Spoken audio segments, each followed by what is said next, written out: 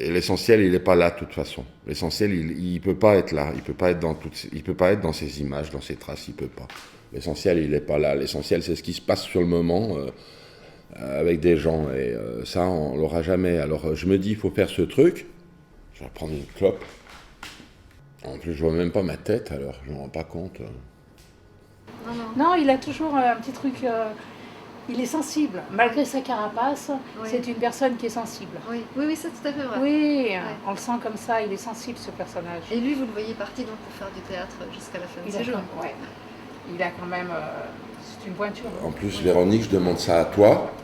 Je demande à toi de filmer cette interview et de faire quelque chose à partir des quelques traces de ces 4 spectacles qu'on a. Ces quelques traces, c'est quoi? C'est des captations vidéo un peu brutes faites lors d'une représentation, c'est des bouts de son, c'est des photos.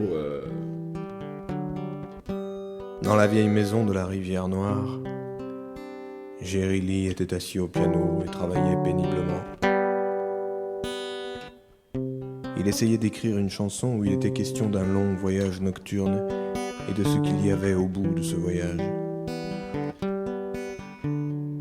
Il regardait autour de lui les vaisseaux plus faibles. On va parler des spectacles des 5 dernières années et des principaux.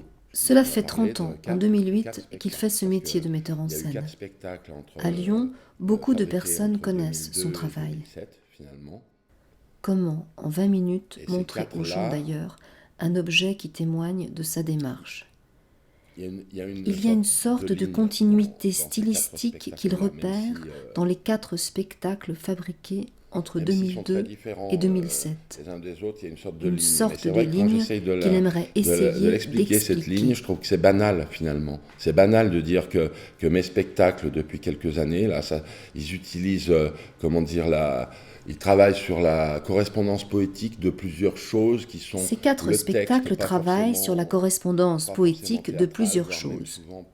Le texte, pas forcément théâtral, des images qui sont le plus souvent en Super 8, de la musique jouée en direct par des musiciens ou par les acteurs, le chant, très important le chant, et puis tout un travail sur la machinerie. Et puis des images qui ont été souvent en Super 8 ces années, mais qui peuvent être sur d'autres supports, photos ou diapos. Et puis de la musique. Il constate que dans cette ligne-là, il y a souvent l'idée de prendre un sujet, un auteur, un univers, et puis arriver à le retranscrire poétiquement sur un espace scénique, qui est le plus souvent possible une apparence d'espace vide, de plateau nu, où un groupe de gens, acteurs, musiciens, chanteurs, régisseurs fabriquent cet univers. Tout le monde fait ça. Un mélange de mots, d'images.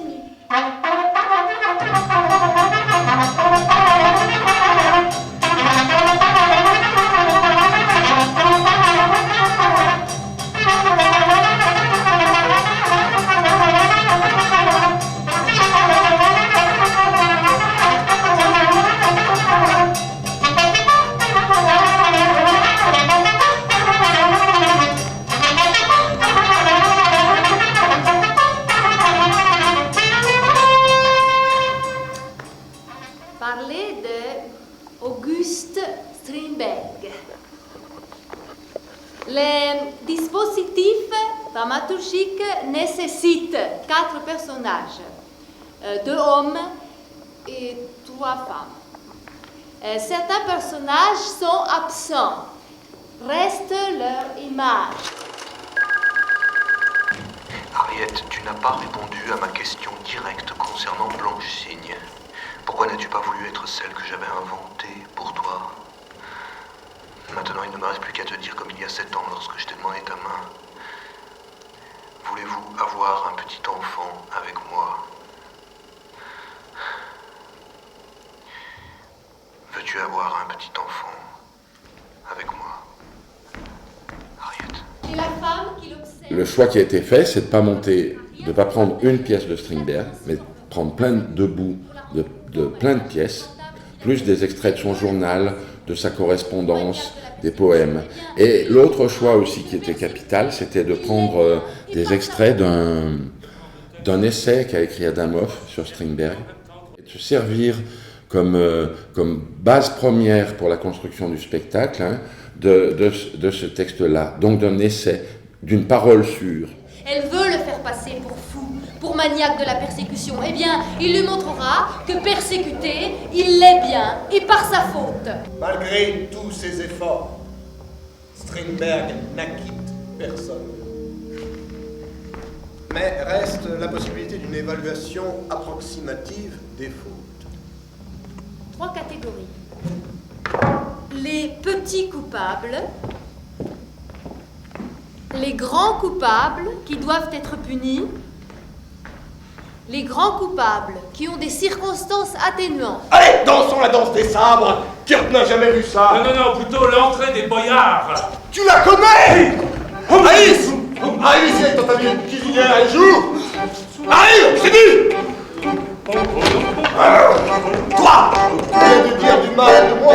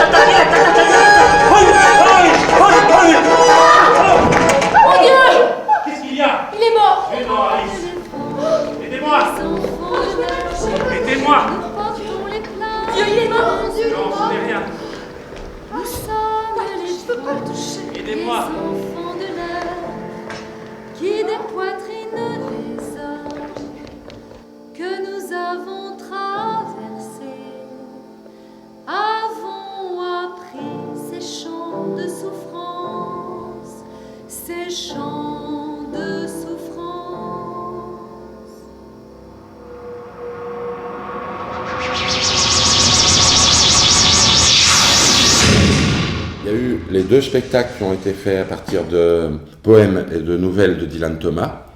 En 2005, PN2DT, poèmes et nouvelles de Dylan Thomas. Et en 2006, One Warm Saturday Live, d'après une nouvelle de Dylan Thomas. Hi folks. Bonsoir tout le monde. Thank you for being here with us tonight. Merci à vous tous d'être avec nous ce soir.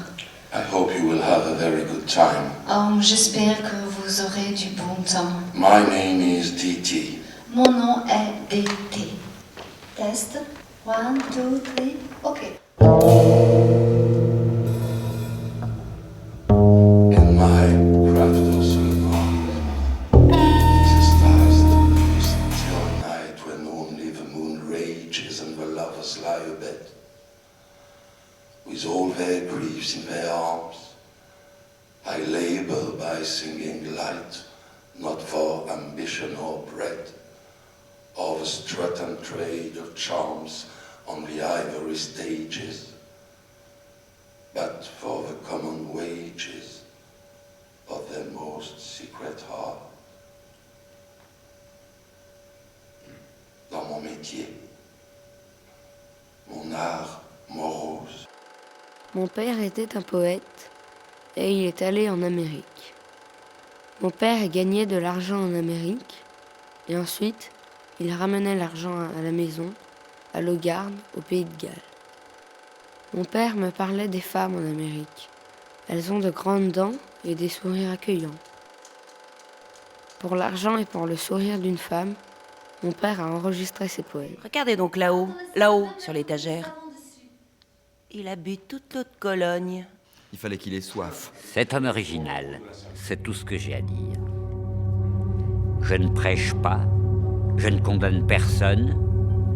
Tout ce que j'ai à dire, c'est que les autres gens s'enivrent dans des endroits faits pour ça.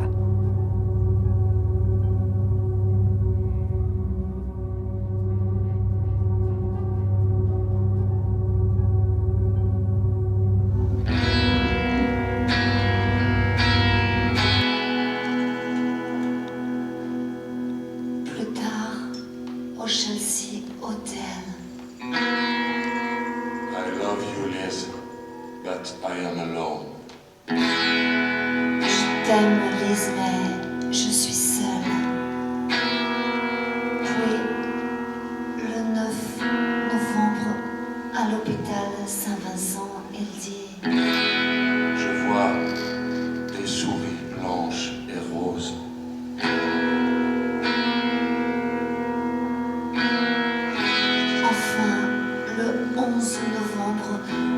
diagnostic.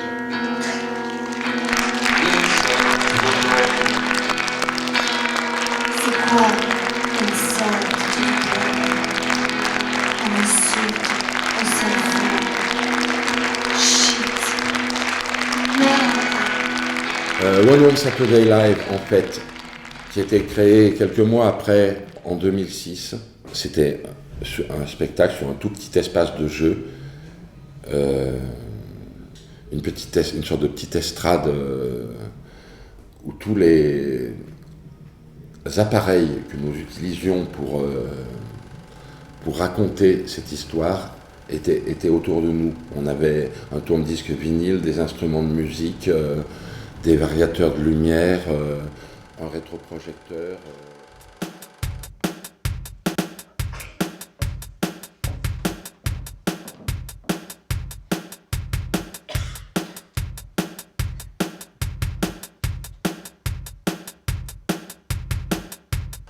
La deuxième partie de la soirée sera construite non plus à partir de poèmes,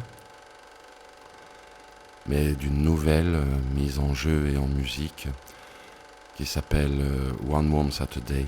Lis-nous quelque chose qui fasse rêver, Jack, il est près de minuit. On va traduire le titre approximativement par Jack, je ne veux entendre qu'un poème d'amour. La femme, doux et tendre. Un doux samedi, un chaud samedi. À Louisa, souvenir de son institutrice, Miss Gwyneth Forbes. Dieu veille, sauvegarde du monde. Come to the garden, Maud. Viens au jardin, Maud. Parlant au lys, je lui dis. Seul un être lui donne le goût de la gaieté. Les danseurs la laisseront-ils enfin à sa solitude? Elle est lasse des danses et des jeux. Tous sont partis, les uns vers la lune qui décline, les autres vers le jour qui se lève. Silencieux sur la grève, j'entends là-bas le dernier chariot qui s'éloigne. Et ensuite, il y a eu Feu d'enfer. C'était l'adaptation d'un assez gros livre de Nick Toshiz qui s'appelle Hellfire et qui est une biographie de l'un des pionniers du rock, Jerry Lee Lewis. 1975. Ses deux fils lui avaient été enlevés. En mars 1968, Another Place, Another Time, 9e au classement country, 20e au classement pop. La première fois donc que j'avais ce matériau-là qui était énorme, avec la chance extrême que la langue de Toshiz était une langue qui allait très bien, à mon avis, à être dite. C'est une langue. Elmo Junior était le fils d'Elmo et Mamie, le frère aîné de Jerry Lee. Elmo Junior marchait en suivant le fossé qui suivait la route de Jonesville. Il n'avait pas tout à fait 9 ans, mais il était connu dans la famille et en ville pour son aptitude remarquable au chant et à l'écriture.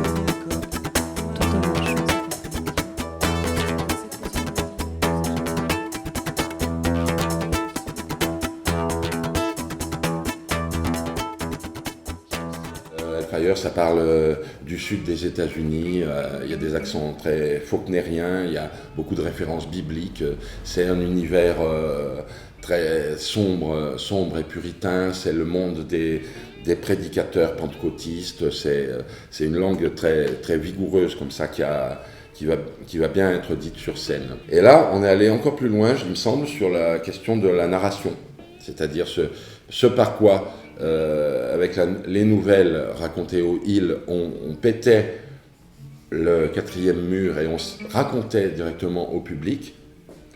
Ça, on l'a exploré encore plus avec Feu d'enfer, dans le sens où on était sur scène, on était 7 personnes. Il y avait un musicien,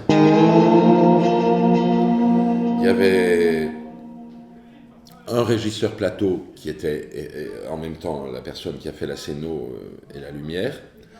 Il y avait une costumière habilleuse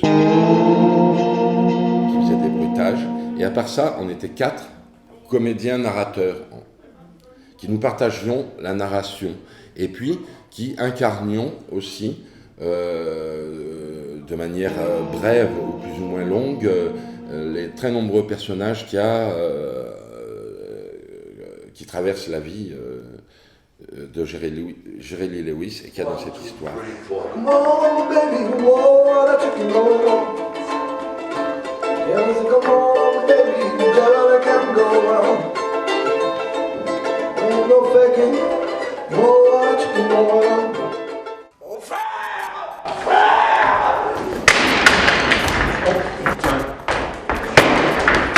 En août 1957, au studio Sun, on enregistre Pause à Paris, les grosses boules de feu. Et dans le studio, tout le monde s'est mis à...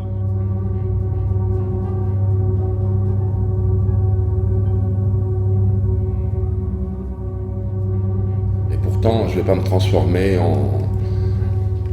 Je ne suis pas cinéaste, je ne suis pas écrivain, je ne suis pas musicien. Donc je ne peux pas laisser des films, des livres ou des disques. Et c'est vrai que parfois ça me pèse l'éphémère de toutes ces choses. Et puis à quel point c'est difficile de transcrire ça par les mots, quoi. Il avait sa chanson.